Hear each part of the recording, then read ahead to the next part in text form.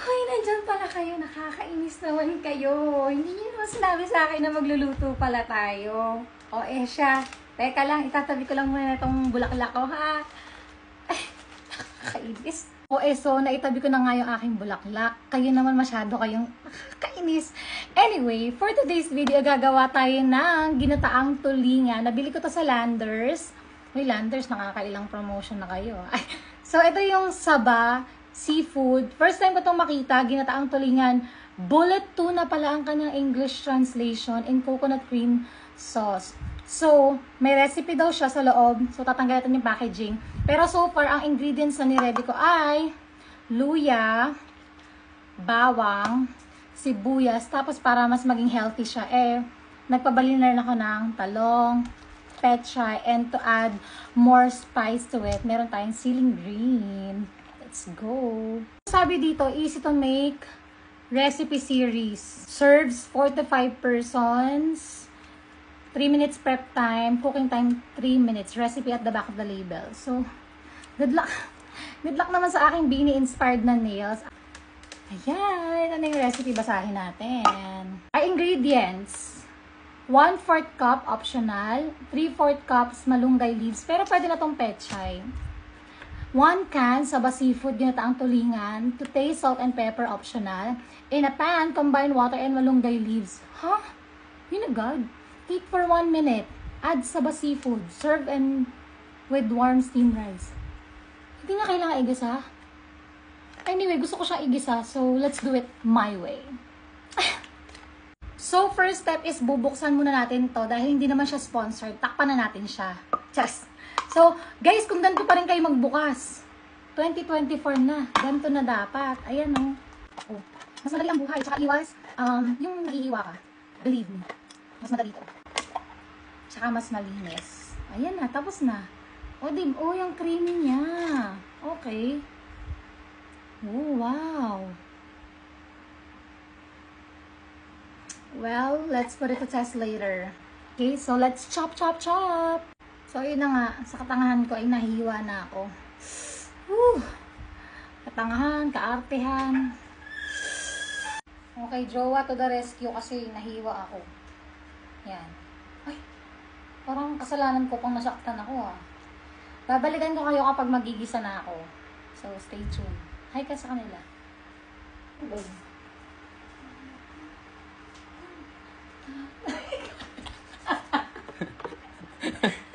So, ano nagustuhan mo sa akin? Ha? Kailan mo? Sumagot ka. Maganda. Ganda lang. Malaga. Mabunganga. Matalino. Mabunganga.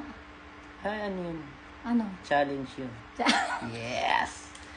Gusto niya ng challenge, guys. Alam niyo, huwag kayo masyado mabait sa mga jowa, no? Kaya kayo niloloko. Tingnan mo, wala akong ginawa pagmalditahan siya.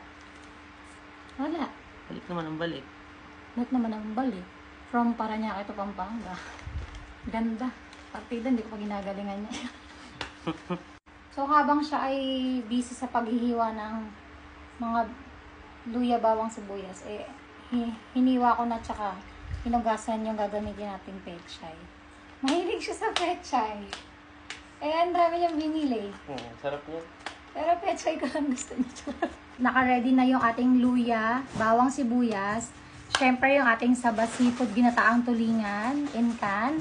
And then nahugasan ko na rin yung ating pechay, talong, and siling green. Siyempre, pamintang tunay. Tagal nyo mag-contact sa akin ha. And magic sarap to taste. So first step natin is lalagyan natin siya ng mantika, yung ating kawali. Konti lang, para lang makapag-gisa tayo. At dahil mainit na yung mantika, isusunod ko na yung ating luya. Hayaan ko lang muna siya dyan na maluto on its own. Pag lumabas na yung aroma niya, tsaka medyo golden brown na yung paligid, sunod na natin yung bawang. And again, hayaan lang din natin maging golden brown yung bawang. Kasi marami na tayong gas, so hindi natin pagsasabayin yung bawang at sibuyas. Ayan, happy na ako sa color ng luya tsaka bawang, so isasama ko na yung sibuyas. At dahil translucent na yung sibuyas, ilalagay na natin ang ating ginataang tulingan. Uy, wow! Ang lalaki ng chunks! Wow! Huwag natin sayangin yung natira sa loob na mga gata. So, maglalagyan ako ng konting tubig para masimot siya. O, diba? Tell me you're a Filipino mom without telling me you're a Filipino mom. Go! Alam niyo, tinikman ko siya. Okay naman siya. Medyo maasim. And I think kulang yung sauce natin sa dami ng pechay. So, naalala ko meron akong tirang Coco Mama. So, isasama ko na rin siya. Isasama ko na yung tubig kanina. And lalagyan ko na rin siya ng konting magic sarap at paminta. Dahil okay na ako sa kanyang lasa, isasama ko na yung aking talong. Sama na rin natin yung sili. Takpan lang natin siya para mas mabilis maluto. Alright, so mukhang luto naman ng ating talong. So ilagay ko na yung ating pechay sa talong. Huy! Lulubog ko lang siya para maluto siya. And then, we're done. Tikiman time na inabit. Ito na ang ating finished product. Mga langaw, kasi nakabukas yung pinto. So, titikman na natin. Ay, huwag nyo nang pansinin yan. Para naman kayo. Ay! Yung tulingan mo na tikman natin.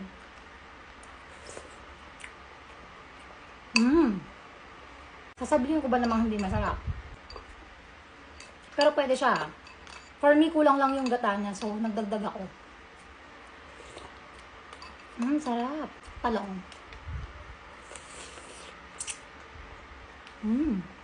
Sakto lang. Hindi overcook. And of course, pechay. Kung nagustuhan nyo to at natakam din kayo, bumili na rin kayo ng saba, tulingan with gata. See you on my next video!